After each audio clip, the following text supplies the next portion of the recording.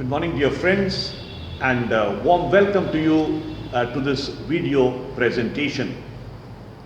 The purpose of this video presentation is to popularize to people who have been asking various questions as to the entire process of the pastoral plan. And to help us do that, we have three panelists here, and it's my pleasure to introduce them to you. Father Dominic Gomes is the Vicar General of the Archdiocese of Calcutta, and he is also the convener of the whole process of the pastoral plan in the Archdiocese, apart from being the coordinator of the 12 commissions. Then we have to my left here, Ms. Bemvinda Periera of St. Thomas's Parish, Middleton Row. Welcome, Bemvinda. Thank you. I'm happy that you are here with us to give a perspective different from the others. For you have been a part of this plan for the last 2 years, being member of the core team and also very active member of the parish. Mr. Stephen Gonsalvas is the member of St. Mary's Church, Ripon Street, and he has been involved in social developmental works and has been a leader in this field for many, many years. And so, welcome to you all. Thank you. Let me begin with you, Father Dominic. Yes. You know, this process has been going on for the last 2 years or so. You know, I'll be grateful if you can tell us as to what is the purpose of having, thought of this plan. Why do we need a plan actually for the Archdiocese of Calcutta? It's the directives from the CCBI that we should have our dioceses, which could be very participatory, but be very active, very dynamic, very vibrant. And that's what Archbishop has launched this pastoral plan in Calcutta Archdiocese in 2013. And since then, we are having this process of evolving pastoral plan. Now, this is a process, and process is never been final, because the spirit is always present and active in the community, renewing, challenging, and transforming the community continuously, helping the community and respond in the kingdom way to the challenging or changing situations, the needs of the people in different places and times. And so process is on, and though 2 years has gone by, in the course of time we have animations with the laity, with the priests, with the religious in the zonal level, and that is going on. And that is the now we are in, but eventually we have come to that stage where we want to take off in the parish, the grassroots level. And this is what I would like to share with you about the process of evolving pastoral plan in the Archdiocese of Calcutta. Bemvinda, I want to come to you. You know, you have been involved in this process for the last 2 years, from the very beginning, and I've been deeply involved. Can you tell me why it took 2 years for the Archdiocese to get to the parishes? 2 years, I think, is 2 years well used. If we are looking, if I recall, there was a pastoral plan which was formed somewhere around the 90s, I believe. It was somewhere around the mid-90s. I know that time I was parish council secretary at my parish, and I remember these books that came along, these little booklets that came along. Perhaps a lot of work had gone into those working papers of that time, and it was really good documents. But what was it actually for us when it came to us at the parishes? It came to us like a directive from the top. A little group of a band of people had perhaps prepared those booklets, and then it was just sent out to the parishes to, now you have to work on that. We had no idea what it was all about. What did we do? We looked at it and then it was archived. So you were not involved in that at all? Not at all. So in what way the present process is different from the past then? This time we have involved people. If we've got 12 commissions, we have a band of people in every single commission, right across from the clergy to the religious to the laity, and from the laity you have men and women, you have the youth.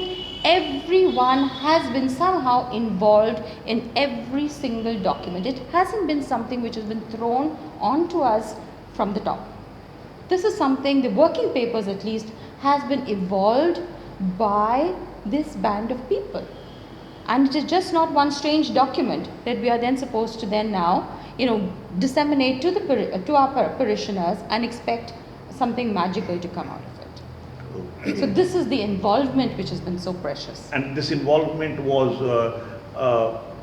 from all the parishes? From all the parishes, right across the Archdiocese of Calcutta, through all the deaneries. And I think we've been able to involve everyone who had something to say. And they played an important role. And that was so important between the last time and this time. Yeah, Steve, you have been involved in the animations. Why is it that these animations took so long? Well, my first observation to that is that the animation took long in the sense that people were not very sure about what to come for, what to look forward to.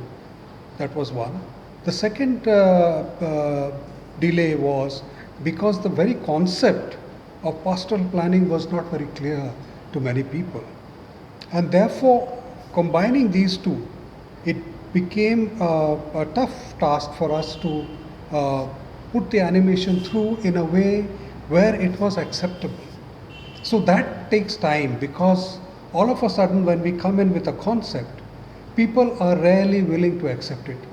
But if that is articulated well, it is put across in a dialogical way so that the communication is very clear, then animation becomes much easier. Could it be also because we had 12 concerns and 12 papers that had to be, brought to the notice of the people, and they had to be educated in that, etc.? Yes, I think many people found it too large. 12 papers means it was a massive task, Yeah, what these papers were on the 12 concerns? 12 concerns. Could you just list some of them for me, please? We have Christian life that consists of Bible, catechesis, and liturgy. Then we have evangelization, we have family, we have youth, women, social development, social communication, health and care, laity, education, ecumenism and interreligious dialogue. So all these 12 papers, when it was written by the respective secretary of the commissions, again it has to be reviewed. We again had 4 persons that were set aside: Father Franklin, Miss Bemvinda Periera, we had Father Raju and Father Susai Manikam, and they have tirelessly worked, reviewed, and they made a really masterpiece. And then these papers, not only they had to be worked, but they needed to be also communicated to the people, isn't it? To people as well, yes. And then every parish had a core team, and then you had members who were related to the commissions.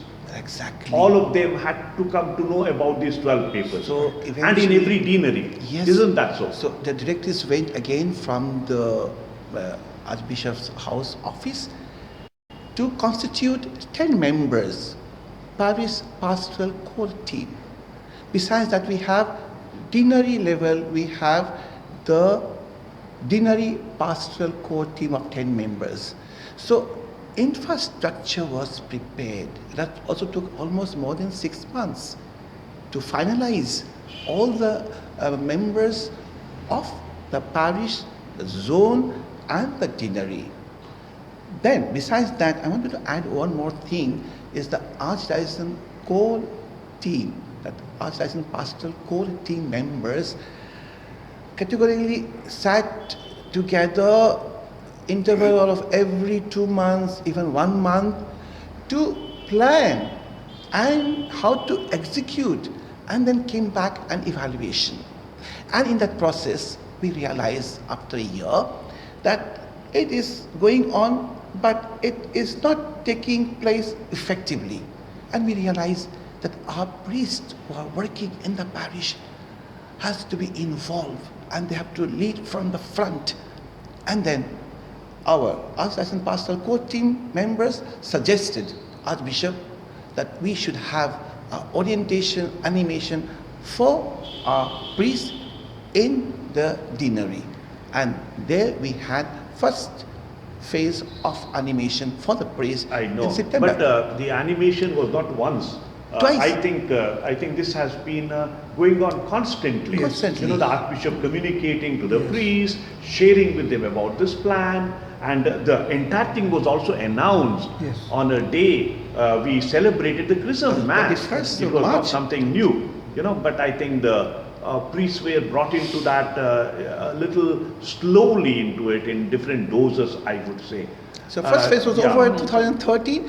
Again, 2015, month of May, category we put 6th of May, that was for Calcutta. Again, 14 for 24 Parganas, 21st May for Howrah Hooghly, and 28th May for Midnapur Deanery. And all the priests working in the parish, in the school, came together, and we had real orientation and gave the whole thrust to this. So that was from the little knowledge that I have of these animation of the Archbishop with the priest, you know, 100% of them, all the priests 100% were present for these animations. Absolutely. You know, and that was a very heartening thing to see, you know, that how our priests are so interested in developing this pastoral plan. Okay, what do you think, Bemvinda, first you, and after that Stephen, coming from the world of the lay faithful in our parishes, would be the benefits of developing this pastoral plan? The benefits would be, I would say, a much more alive laity. Currently, the laity that we have are really usually put into a couple of categories. The ones who will sponsor events at the parish, so that means they're basically depending on their wallet and how deep they can dig into that. The others, there's another lot of you, a handful, who will then come in with the lunches and the dinners that the parish needs. Then you have the very few people who are inevitably in every single cell, starting from the parish council, every other little action cells. You see the same people working in the same cells, but you're not getting fresh blood. We hope, or I'm hoping, that this pastoral plan is going to motivate many more people to come and work in the parish at the grassroots level, knowing that they are needed not only for their wallets but for their time and talents. You know, is there a mechanism, an inbuilt mechanism in the plan itself to get the the laity involved in this process and to be part of this and to own it for themselves, saying, hey, this is not the Archbishop's plan, but this is the plan of our parish, this is my plan. Is there some mechanism that is inbuilt? I feel that these working papers that we have now, and the fact that we are going to start it at the parish levels on August 9th, and where we hope that the parish priests are now going to identify a lot of key people from among their parishioners to come in, sit down, listen, read the working papers, and that way they themselves would be their own ambassadors. These are the people who are going to be ambassadors of the pastoral plan. Very true, very true. You know, if you get these key people, every parish has loads of people with fantastic talents, and they've got a lot of outreach. These are the people who are going to be your ambassadors. Very true. Get them involved. Yeah. Your pastoral plan is going to take off. Steve, from your perspective I would like to have the answer to the question that I have posed. What will come out of it? Actually, if you look at the history of the church, it has always been an evolving church, right from the first century onwards.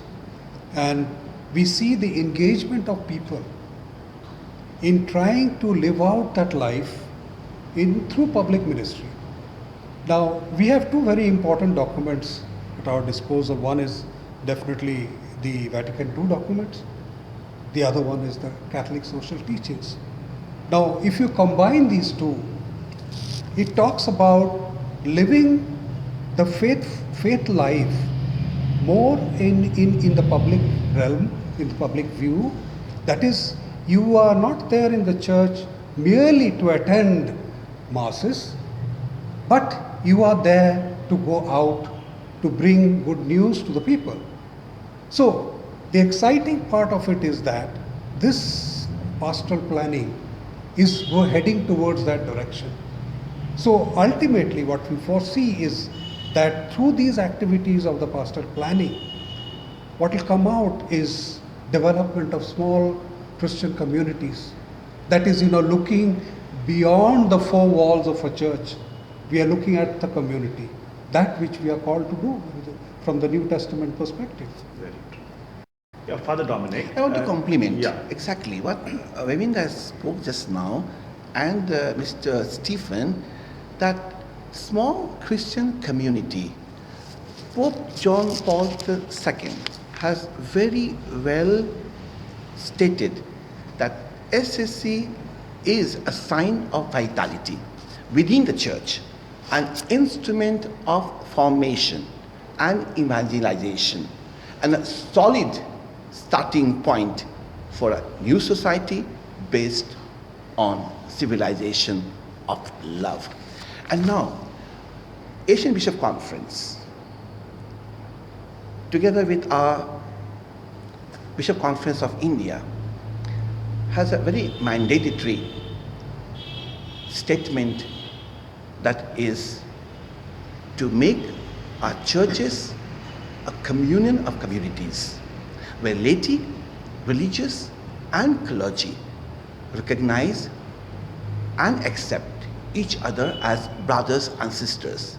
And so they are called by the word of God, which regarded as a quasi-sacrament presence of the risen Lord, leads them to form a small Christian community, that is neighborhood group. Yeah, all that. That's fine, Father. But coming back to our pastoral plan, how are you going to take these 12 concerns to our people at the grassroots, the small Christian communities? Now, I have about 400 small Christian communities in all our deaneries.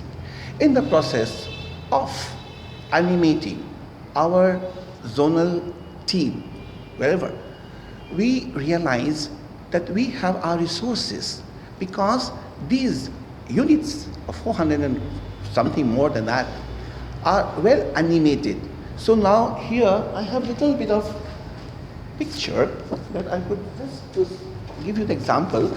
See how. Yeah, you can show it on here. This is something. Yes. We have this small Christian community units that we have in the first circle, outer circle in fact. These are the small Christian community. Now, we have 12 commissions here in the middle. That's right. We have this small Christian community have with no bar of age. We have mother, father, children, the entire family and the whole neighborhood. Whole neighborhood. Yes. And so we can, according to their talents, according to their tastes, they can be taken in the commission or the cell. So now we are trying to constitute a cell of, say, laity or... that means for the 12 various concerns, you will have 12 cells in the parishes. Exactly. Isn't that's the list you gave us? Exactly. Right? Yeah. So there will be 12 cells in the parish. Now these cells are going to promote or respond promote. to the 12 concerns of our people. Exactly, Yeah. Father. Now, coming to these concerns, from your perspective, Steve, which of the 12 concerns is that which is most, urgent or most, shall I say, important for our parishioners? I think for me, social development is very close to my heart, and therefore I look at it from that perspective. The general notion within the church has been that we differentiate between what is spiritual, what is social. Therefore, social development cannot be a part of the spiritual life. Now, here we are giving importance to the fact that when we talk about spirituality, it is also a spirituality of not only words and faith and belief, but it is also a spirituality of action. Very well said, because I think what the Holy Father, through his latest encyclical on climate change, Laudato Si, is trying to integrate exactly what you are trying to say. Absolutely. Very nice point that you made. Thank you. Bemvinda, according to you, what is that one priority concern for our people? Out of all the 12 papers, Of if you the 12, ask yeah. me, the most important one would be laity. Because laity has a role in every single concern that we have. The 12 commissions, you need the role of the laity in that. Absolutely. If you don't have the laity, you're having nothing. Everything is going to fall flat. Because what we need, because that's where the laity is really coming in with their, as we've always said, they're bringing in their talents, they're bringing in their competence. And with that, your 12 commissions are going to move forward. But if you ask me about the most popular paper, I'm responding according to what we've had at all the workshops or the animation sessions that we've had. I feel it would be education. Everyone's going to be, right? Don't you agree? Everyone, because every time we had education being discussed, you had someone at the end of the question answer session, someone standing up, and they had so much to say about education. No other papers got so much of a response out of our audience as education did. Yeah. But I feel the most important thing would be actually laity. Okay, thank you very much. We do not have much time to carry on with this wonderful discussion and sharing that we have had. Very, very enlightening, and I'm sure our viewers will benefit a lot from what you have been sharing. But if you were to ask me, as to what is the most important concern, for me that is Christian life. You know why?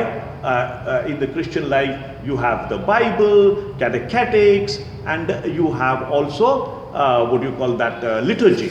If the faith life of the people is strengthened and they understand that the church is much more than just one little concern, but it embraces the entire reality of the 12 concerns, I think our churches, our parishes, and the Archdiocese of Calcutta will be a great, body of the disciples of the Lord Jesus, and it will be a very vibrant Archdiocese, and probably will show the way not only to the region but to the entire country. I want to heartily thank you for having taken your time out for this panel discussion, for the Dominic Gomes, Mr. Stephen Gonsalvas, and Ms. Bemvinda Periera. I hope our viewers will benefit from this panel discussion. Thank you and goodbye.